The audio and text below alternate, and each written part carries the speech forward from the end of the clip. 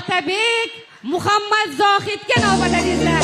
Assalomu alaykum hurmatli yig'ilgan barcha ustoz Diyoraxon Tangri taolo fazli karami bilan baxt bersin iloyim.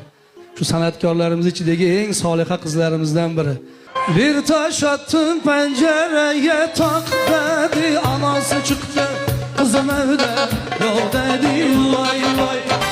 Sevip ayrılması güç olur, armutu dalda kız balkonda sallanır, vay vay. Yeah.